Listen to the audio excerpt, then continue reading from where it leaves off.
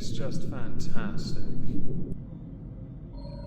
Hello everyone, welcome to the exhibition of stupid people. Today we're going to start with an individual who many might well know because of his unique madness and inherent stupidity when it comes to food on TikTok. His name is Bevo, and Bevo has come close to death many times because of how he deals with food. Now, the way he does a video is very cookie cut with his presentation style, in that he will start and speak the same way every single time. He'll then rate the meal he's eating, invariably a 7 somewhere, and he will eat it in his way whilst offering a little bit of commentary about the kind of food he's eating and the quality it is for him. Let us begin.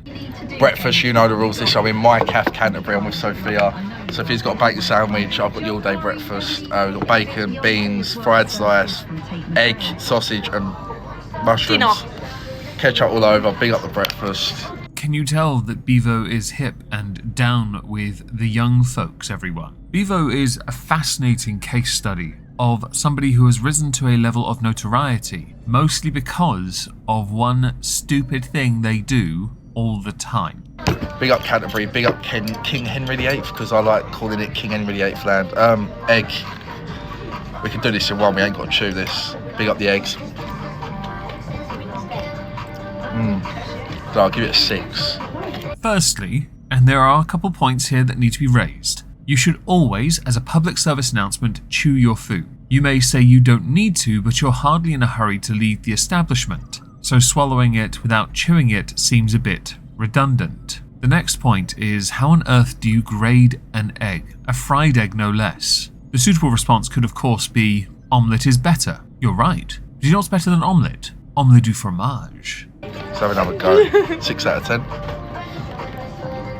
Yeah, egg, 6 out of 10. Sausage. Big up the sausages, big up the bacon.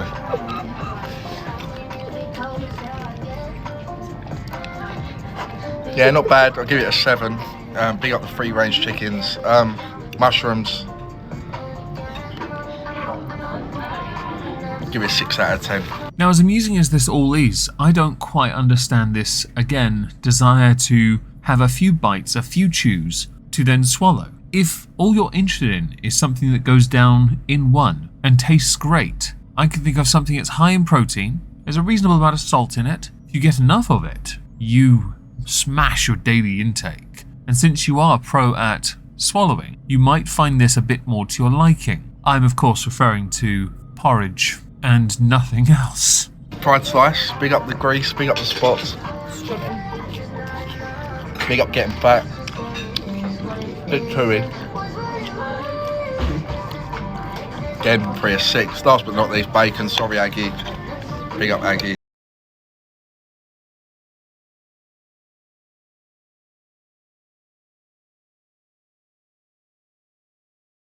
And on the breakfast, you know the rules. Big up Sophia, big up my calf Canterbury, and I'll catch you in the next one. Cheers! I assume I'm not the only person that heard Bevo say that the fried toast was chewy. He rated most of that 6 out of 10, but gave the overall meal an 8 out of 10. I know some things complement each other, but he didn't eat it together, he ate it individually. Somebody doesn't know how to do math or rate, but big up that establishment, of course. Big up Henry VIII, big up the chickens, the pigs, and of course the mushrooms. Big up the bread maker, how about that as well? Now, I have mentioned Bevo's come close to death. There's a video that's actually been doing its rounds, a compilation of every time he has gone too far with his swallow, because it turns out his desire to just swallow hasn't worked out for him so well.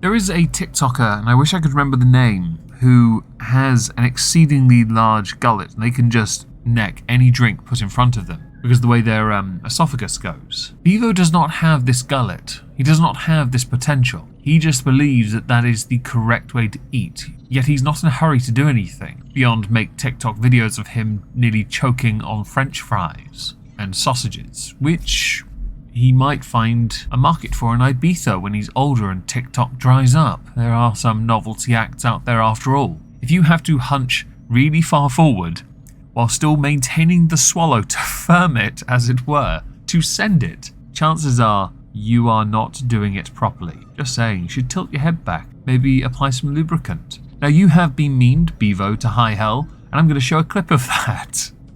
Fry up, you know the rules. Let's get the ketchup straight on there. You got the ketchup, you know the rules. Let's start with the sausage. Let's go. Oh, sausage is banging, 7 out of 10. Go straight in. Big up the gorge cap as well, by the way, in Ashford. Oh, tomatoes are good, tomatoes are good. We're running out of time, we've got to get it done quick. Let's go, let's get it done. Down the at.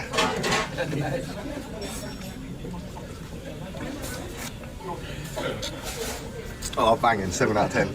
Just before we move on, big up Bevo for the rise in waiting times at hospitals, for the vast number of people now going in because they've choked on sausage, mushroom, fried bread and egg, black pudding, white pudding, margarine, chicken, nuggies, that is, one item, French fries, hell, choking on a McFlurry, and the increase in cases of indigestion. You colossal smeghead. This award is yours. Allow me to just...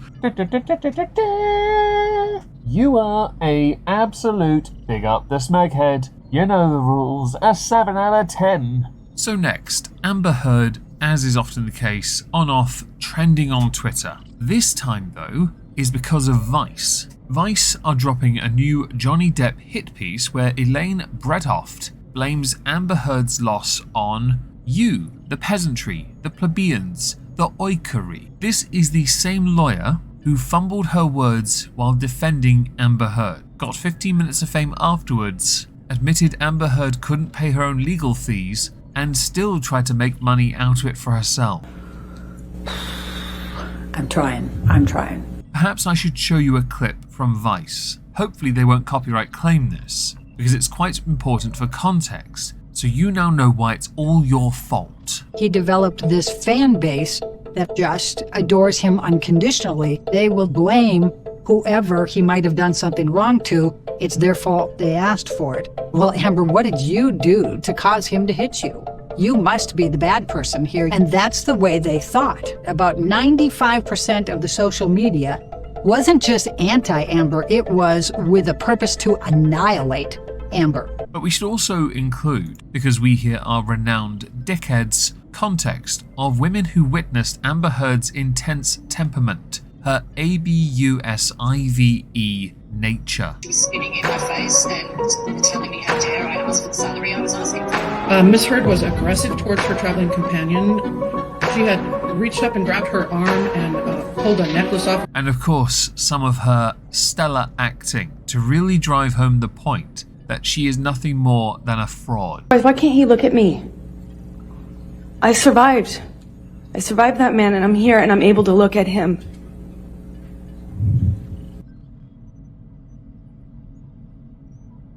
Elaine Bredehoft, working with Vice to make this documentary, highlights a wider issue of who is trying to normalize what. Some are using and are still using the argument that with Johnny Depp successfully suing for defamation, many more will come forward and this will harm survivors. You're right, but not all women who make accusations and not all men as well are telling the truth. That is the point of the legal system, to find out what is true or not true. If you are going to blindly assert that all women are just telling the truth, and by extension all men are not telling the truth, you are raising people to listen and believe. You are also assigning blame without following due process. These are fundamentally important aspects of all societies. If you believe what happened to Amber Heard did happen, even after what we now know, and cite the UK court system as your proof of it, you're an idiot. I have covered that on this channel in an Amber Heard Johnny Depp defamation trial playlist. I'll link it down below if you're interested in watching.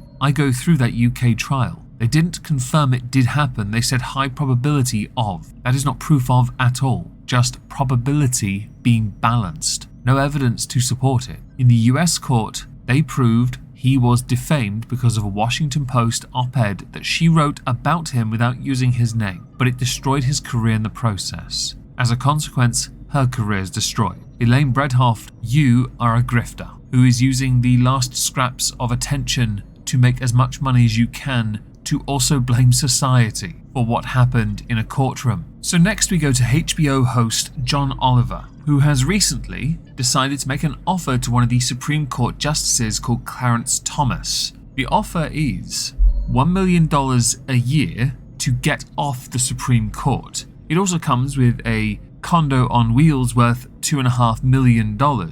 Because I can't play the video, it will be undoubtedly copyright struck. I will instead read some quotes for you. You've got a lot on your plate right now, from stripping away women's rights to hearing January 6th cases, and you deserve a break. You know, away from the meanness of Washington, so you can be surrounded by the regular folks whose lives you've made demonstrably worse for decades. You continue by joking that Clarence Thomas feared that making such a trade might attract negative judgment from one of his top benefactors, Harlan Crow, who is reported to have maintained a private collection of Nazi memorabilia. Reported. Very important word there. John continued by saying, that's the beauty of friendship, Clarence. If they're real friends, they'll love you no matter what your job is. So I guess this might be the perfect way to find out who your real friends actually are. So that's the offer. $1 million a year, Clarence, and a brand new condo on wheels. And all you have to do is sign the contract and get the F off the Supreme Court. The clock starts now, 30 days, Clarence, let's do this. He then throws some money into the air and his audience cheer. John Oliver is considered a progressive comedian. Just thought I'd insert that. He holds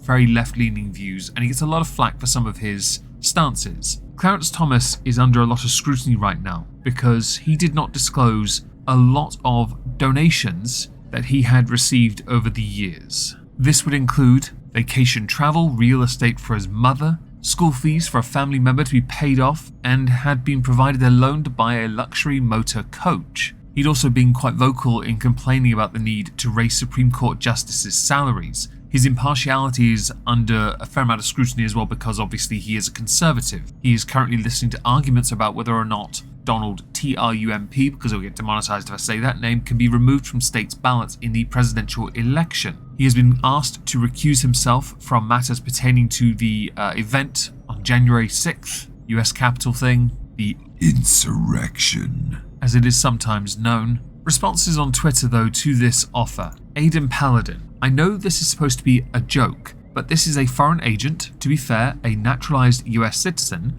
attempting to bribe a federal justice via a proposed financial contract live on air to step down from his position for political purposes. I'd asked to deport him, but I live in the UK. And Prince Tyler, I'm pretty sure that's bribery and an illegal offence. There is much in the way of argument about whether or not that is the case. I'm not an expert on American law or politics, so I'll defer to you, my lovely, wonderful, resplendent audience, to tell me whether or not there is something wrong with this. To me, it does reek of wrong, even if it is a joke. Let's finish the video with something light-hearted, a level of American stupidity that I honestly didn't think was true, but it has been confirmed to have been real up until the person deleted their TikTok account because of all the comments they got concerning their daughter in this video. No, what'd you say? Why did they pay it? Because that means you have to pay for that. That's not my problem. She's looking at her American Express bill, and under charges, it says like pay it. Like you can pay that on your American Express. Pay it. And she said, why does it say pay it under this? And I'm like, well, so you could pay that. Like you would hit pay it and you pay that.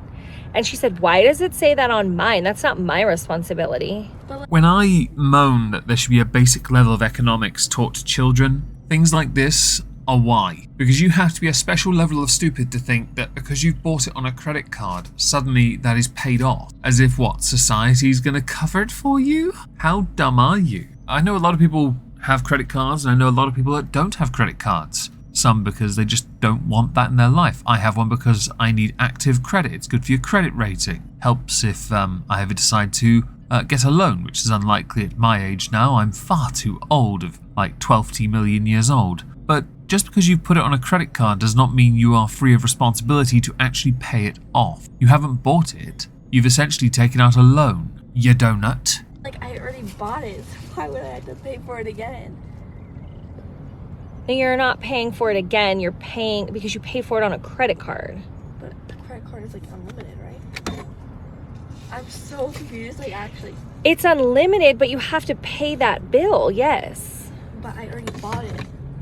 No, you're not paying for it twice. You're... Help. I don't get it.